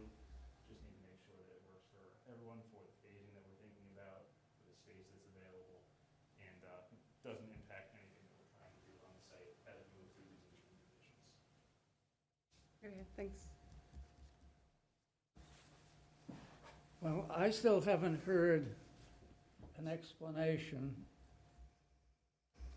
and seen a plan that shows how you're going to prevent stormwater in a large storm from coming off the site, charging down both of those access drives to East Street. Okay, so if we have a big storm and it comes charging down there, it's going to cross the street and flood the people that live on the other side of the street. We have had a bad experience when they did the work on the high school. They had a stormwater system proposed, and the contractors didn't pay any attention to it. And it ended up, all the stormwater from the site ended up in the pond and had to be excavated out of the pond. I don't want to see that kind of a result on another town school project. Okay, so I want to see on a plan how you're going to make sure that no water comes out onto East Street at either of those places. Because it's all downhill, and it can build up quite a head from up on Washington Street by the time it gets down to East Street. So that's the erosion control I'm most concerned about. Sure, if we get a little erosion and it puts silt on the ball field, that's a ball field. That's not somebody's house. Okay, so I want to see and hear an explanation of that, and I want to see it on a plan so that everybody that's concerned knows that you're going to solve that problem. Okay, that's my contribution at this time. I think that the proposal is a good proposal, but it's how it's done is what's the problem. Absolutely understood, and we intend to provide those plans, again, something just in the response to the peer review letter, we received it the Monday before the hearing, and we tried to get everything, as much as we could, addressed by that submission on 5.5. The specific plan that you're looking for that talks about the temporary sediment basins that we were kind of walking through and what we're thinking down here, not on the plan, you won't see there, it's something that we do intend to submit and that we will. Again, things that we're exploring, as far as draining onto other properties, what's nice about this site is that everything is kind of off-site, drains onto our site. Obviously, it doesn't really prevent us from blowing out East Street, so we are going to have measures in place that make sure that we do have that management. Again, we'll be considering basins that go along here. This driveway that goes out here in both probably the temporary and the proposed condition, it's kind of intended to manage in place, so there'll be part of the stormwater design that would be on the utility plan, perforated stone pipe with inlets that go in and drain, it's infiltrated in place, and then whatever overflows and finally makes it out to East Street would go out to this area. And for everything that's coming down the site and going to the school building, we are considering those temporary sediment or underground basins moving to manage any stormwater that comes from generally the roof or the area that's kind of sloping down onto here. And then one other thing that we probably could and will consider, given that all the drainage ends up in kind of the trunk line that's down here, right? Which ends up in it ends up dumping into kind of a basin that's down there, which does help as it's sort of a collecting basin that we will be able to manage some sediment on site that does exist there, but obviously we don't want to rely on just a small depression that exists there for the sediment that can come from construction. Probably have water that flows down onto here. We can consider temporary basins that are along here. There's generally flat areas that aren't used for the fields. It's something that we definitely could do some small low areas. Generally all the test pits that we've seen here has groundwater quite far down. It's all pretty good soil, so being able to put those in and kind of manage that stormwater in place will allow us to infiltrate any of that runoff and reduce the amount that gets eventually to East Street. We would be leaving in place kind of what exists on the site, which is, largely catch basins that collect without mitigating. There is no current stormwater rate mitigation that exists on the site. It's just hard drainage that collects, gets this pipe and gets down there. I know there are capacity issues both in East Street and on Edwards Drive, so we focused in our design on making sure that rates are reduced there, and we're encouraging as much infiltration as we can on site, especially with the proposed condition. But it's also something that we will be considering and showing in the temporary plans that we're looking for that show how we're going to be managing that stormwater in those interim conditions, and making sure that everything that we're sending isn't just going to, inlets with silt sacks that end up continuing down. We want to go above that, provide the calculations that show it, and meet the erosion control bylaw.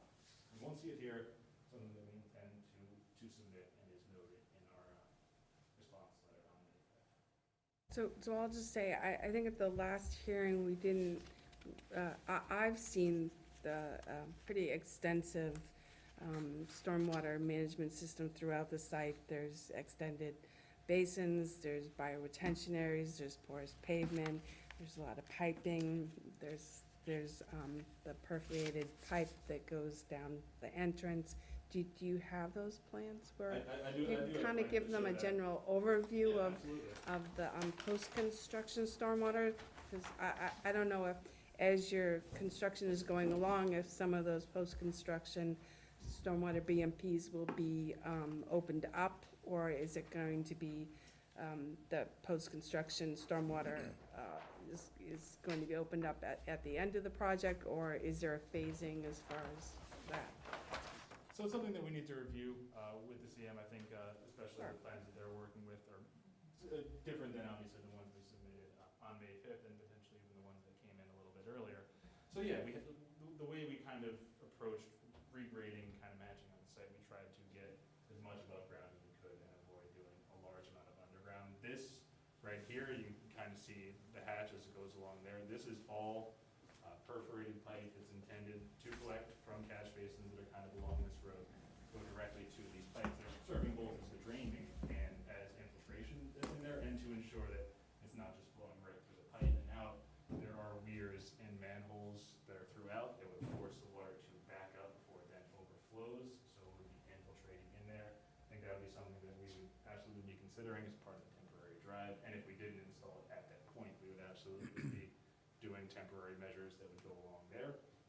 I think we do have the opportunity to use some of these more permanent areas where we're thinking about for low points as basins to manage stormwater, especially in these areas. I know this may also be considered as part of stockpile area. It's also considered on those phasing plans the potential temporary sediment basin. So that's the balance. We need space for everything, and we just need to make sure that they have the space that they need to construct, and we have the space that we need to manage the stormwater as it's kind of going through the site. But we have service basins that are kind of graded along this area through there. It would be a potential avenue, because that's the existing driveway. It's going to be the proposed driveway to help manage some of that stormwater, especially as those inline catch basins come offline and are demolished as part of work. And there's also a basin that's kind of created more or less at the low point of the site that would help some of that management before it eventually overflows and ends up in that small little basin on these streets. So yes, I think some of these are absolutely things that we can incorporate. Some of them we can't. I mean, some of the larger underground basins that are going in here are shown within the footprint of the existing building. Not something we're going to be able to install as a temporary measure, but we do have basins that are graded down here, and along this edge that could be considered as both kind of the temporary measures that are managing those things, as well as the permanent ones that are going to be in place to manage stormwater on the site. So something we'll be working through, or we are working through with Joel, and we just want to make sure that the design of what we end up at manages everything in accordance with the bylaws, in accordance with the commission's wishes, and have a plan that shows that, rather than just drawing it on there and saying it's going there. We want to show you what we're doing. So understand your concerns, and that is not shown on this plan, but we do have options, and we will be pursuing them as we move forward. Okay. Do you have anything else? I don't at this point. I would just, I don't know if the other commissioners might have questions. I would just tell the commission that we have had, one workshop with the team and the Beta, and Carl, the town engineer, has been very involved also with vetting the post-construction stormwater system, which is a series of, like I said, bioretention, infiltration, chambers, porous pavement, extended basins. It's quite a lot on the site that is going to be controlling the stormwater. So that's all being looked at. Okay, so we need to hear from our third-party Do you want to see if any of the other commissioners have Beta. questions first, Well, Al? why don't, well, if you want to do it that way, No, or have the commission comment after Beta. Yeah, that sounds good. However you want to do it, Al. I don't know. I'd like to hear from Beta now, who's third-party. Okay, sure. Hello, I'm Stephen from the Beta Group once again. As you know, this is our second review. Since the first peer-reviewed letter we sent, the applicant has addressed the majority of the comments, some major, some minor. Of those remaining, we discussed the majority of them during the Monday, May the 9th meeting between us, the town, and the applicant. And 3 of those major comments are, firstly, we wanted the applicant to do a little more work to delineate the existing system both on the western side of the site and also within East Street.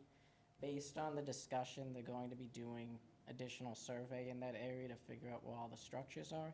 And I know the town has also sent them record plans that they can review and add to their plans as they see fit.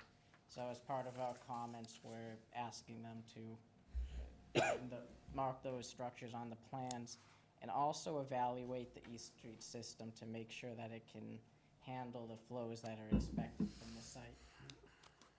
The second major comment is making sure they have enough pre-treatment for the detention basins and the bioretention ponds. Obviously, those BMPs are really important. We need to make sure it's pre-treated properly so that they function as expected. And it's based on our discussion, the applicant has some ideas on how to meet that comment. And finally, we did have some issues with the freeboard that's being provided for the basins. We'd like to see a little bit more just to make sure there's some tolerance for construction and just room for error. So hopefully the applicant will be able to just adjust the basins just a little bit, some of them, just to make sure that there's enough room between the outlet invert and the top of the basin. Other than that, there are more comments remaining. Most of them are minor. I'd be happy to go through the letter if the board would like that, or if you have any questions for me that you'd like me to address.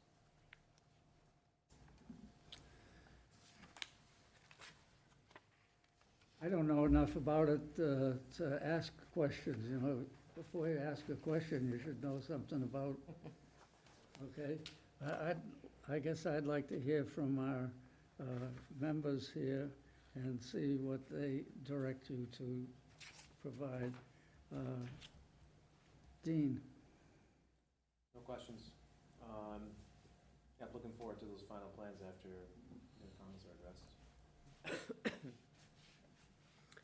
I have a question about the phasing post-construction after you've taken down the building, and maybe you've answered this and I haven't finished reading it, I apologize. What's the restoration plans for the applicant? Sure, so, depending on when we're actually able to start. Can you just come up and speak to the microphone, just because it's being Thank you, yeah. blasted out to the general public? So after the building's down, everything's demolished, and then site restoration after that process.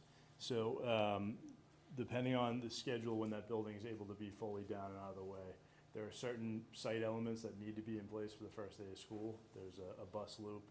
Our goal would be to get as much of the parking in as possible, but it'll be a tight schedule between when the kids move or come out for the summer out of Bird and then occupy the new building. So we would get as much of the final landscaping done as possible.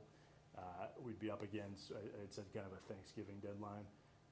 So anything that wasn't able to get final planted, final seeded, if we ran up against that November timeline where things weren't going to establish, we would do any kind of slopes would get matted, things like that.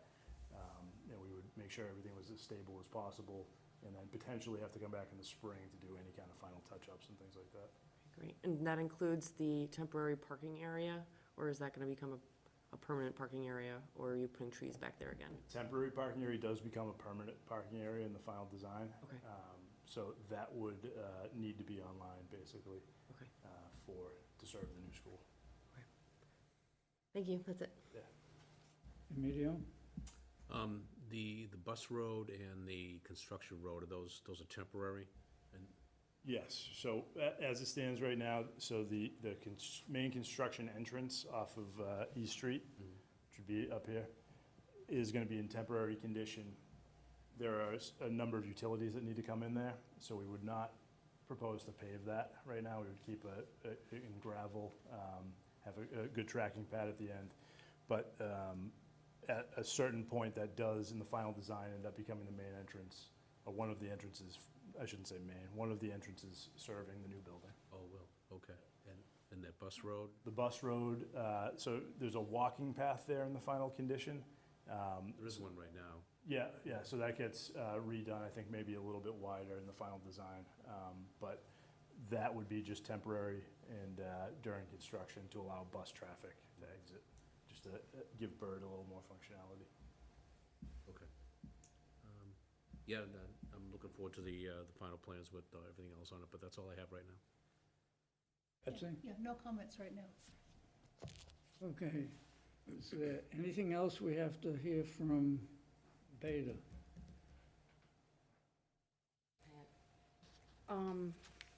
So it seems like there's still some work that needs to be done for the drainage. I think you brought up the 3 different issues that were kind of the main issues. I guess I would ask Al, what part of this project would you like the team to explain so that you have a better idea of what they're doing?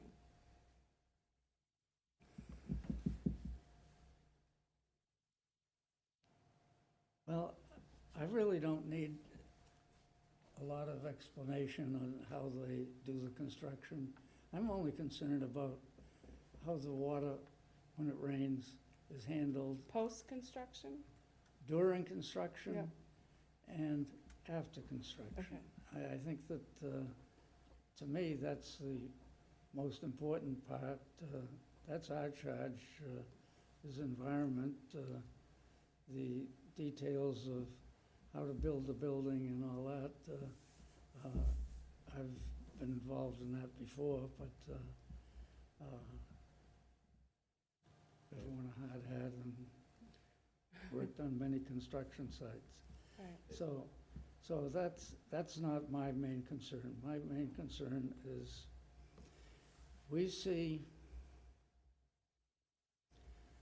a change in what's happening to our stormwater. We don't have many, like, it was supposed to rain a little bit today. It didn't rain a little bit here in Walpole. Maybe it did somewhere. But when we get it, we're getting a downpour, and somebody talks about a 10-year storm. Well, we can have a 50-year storm or a 100-year storm in 10 minutes, that we're not forecast for, and we don't know what's going to happen. So I want to make sure that if we get a large, heavy storm that's not planned for by contractors, that we're not going to end up with a disaster. That's my concern. That's the big cause of erosion and everything all over the country.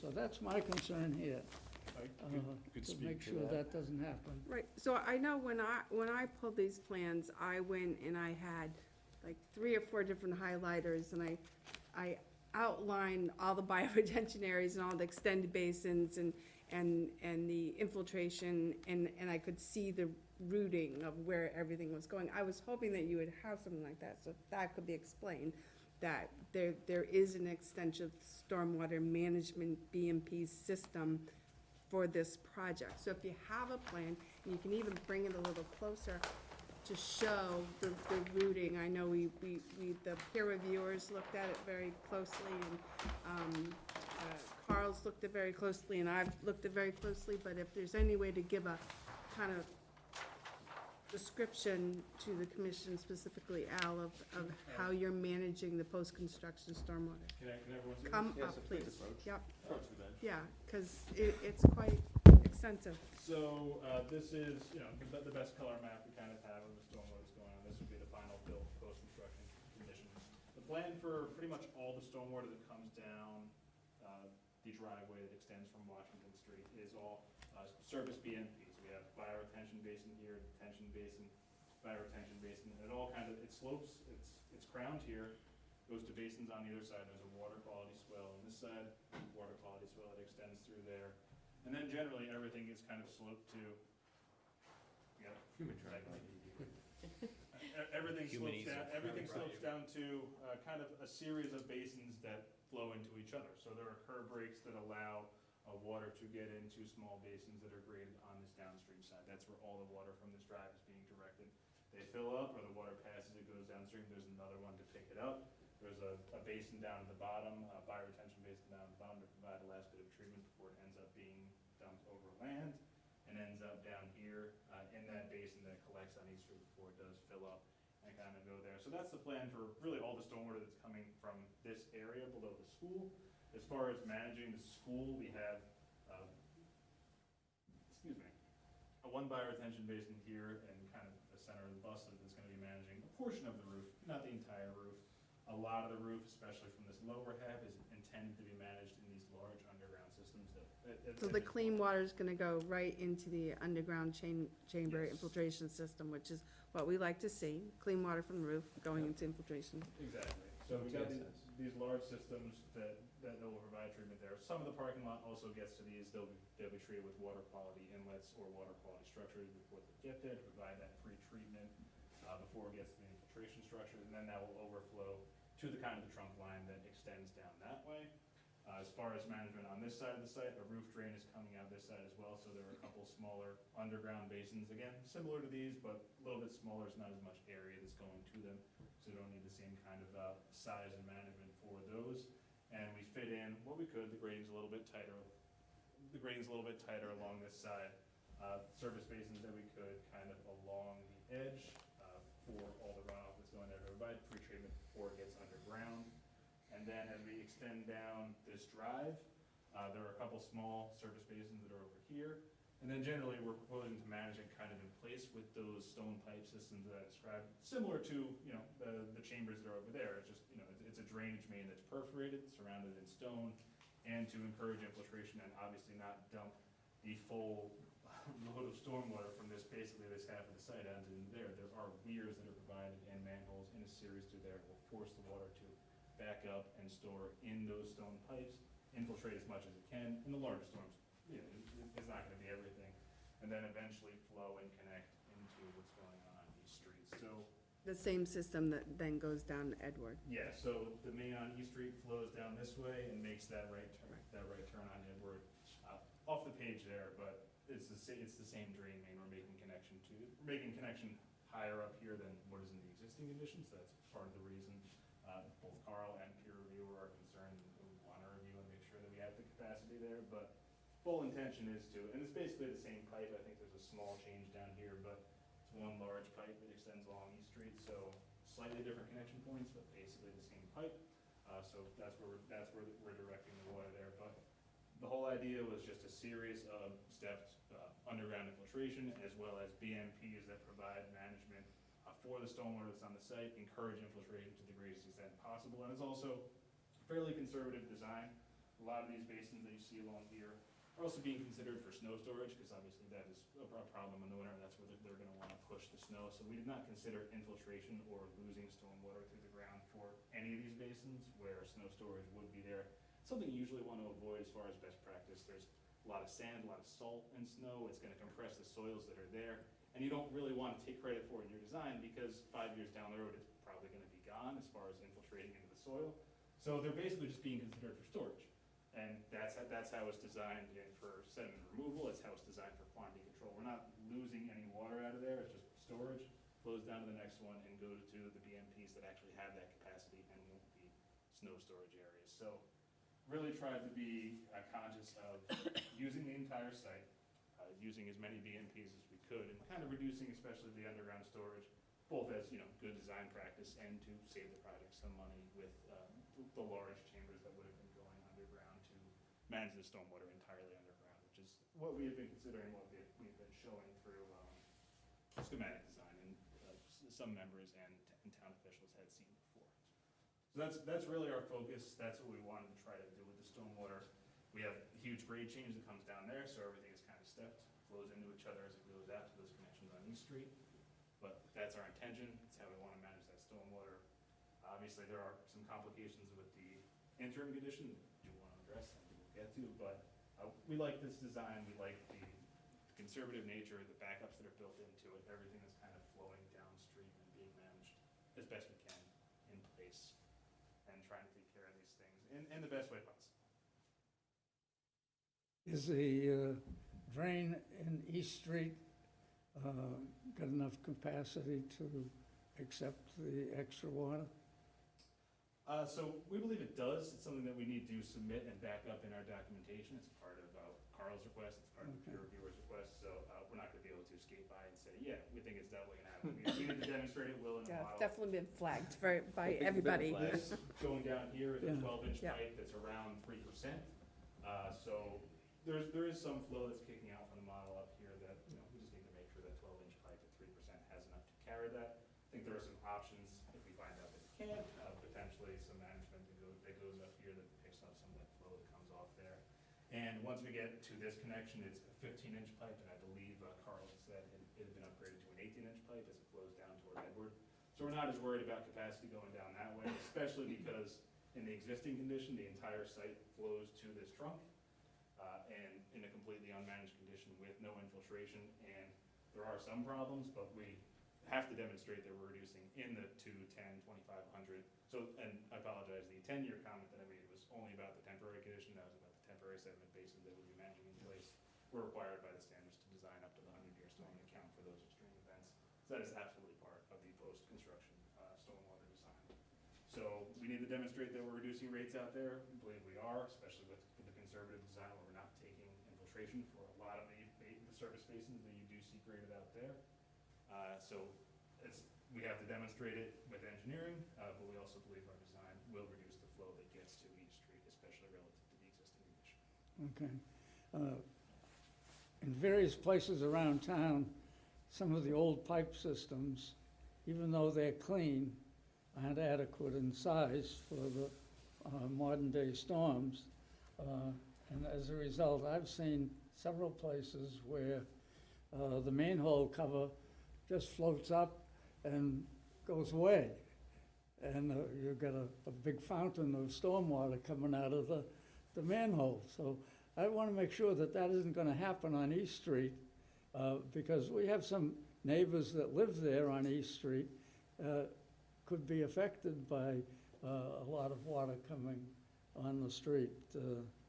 In several cases, the house is below the level of the street a little bit, and I want to make sure that we're not putting them in jeopardy. So that's got to be a difficult task, but we've got to do it. Understood. Appreciate your concerns, and that's really what we tried to do, especially with the post-construction. Still need to prove the transfer. Okay, thank you.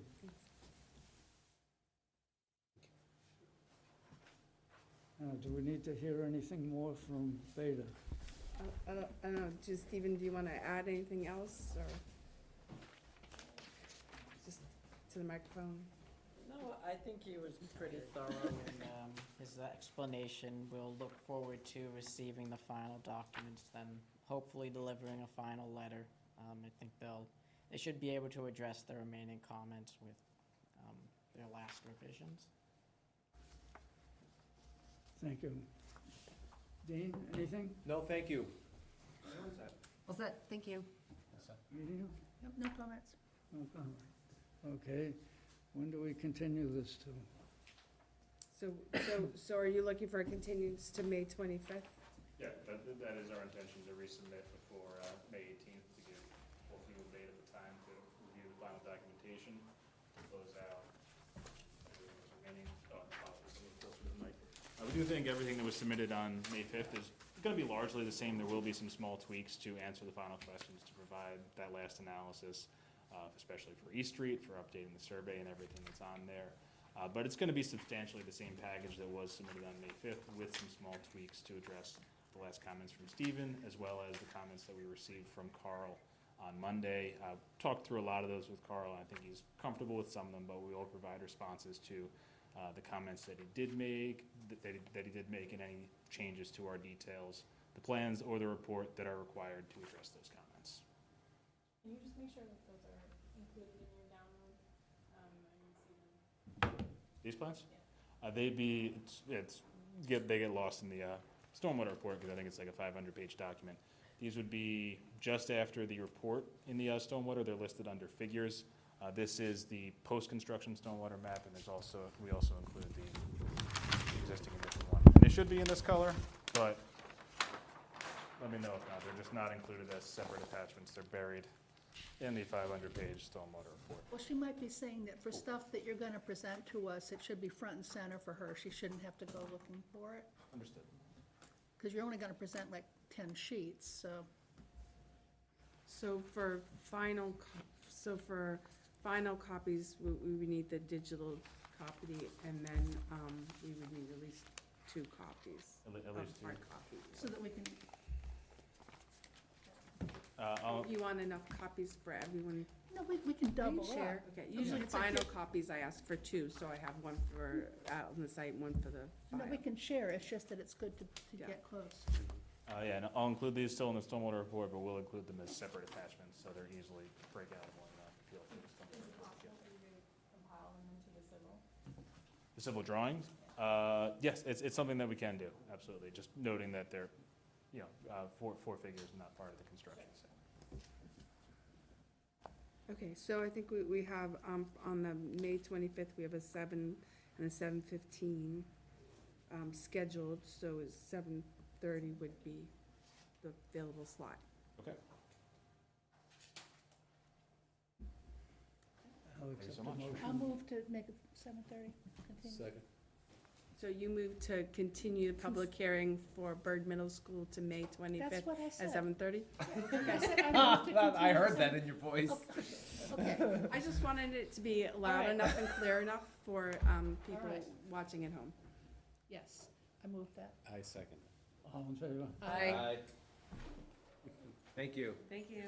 Thank you. Thank you, everybody. Good night. So 2 boys, 2 girls, boy and a girl? 2 girls, which Two makes girls. it all girls for me. Good luck. Have fun. Thank you. It sounded fun, that sounded final. And that's how it's gonna end. Twins, no more kids. Well, I think he already has. Yeah, sounds like this was my last shot to have a boy. I got 2 girls.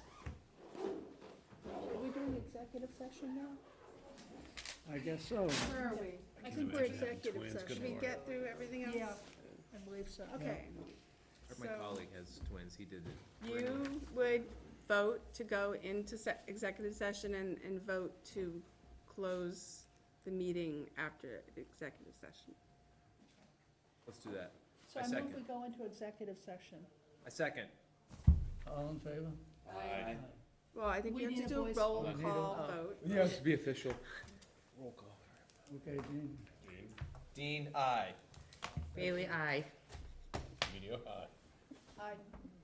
Aye.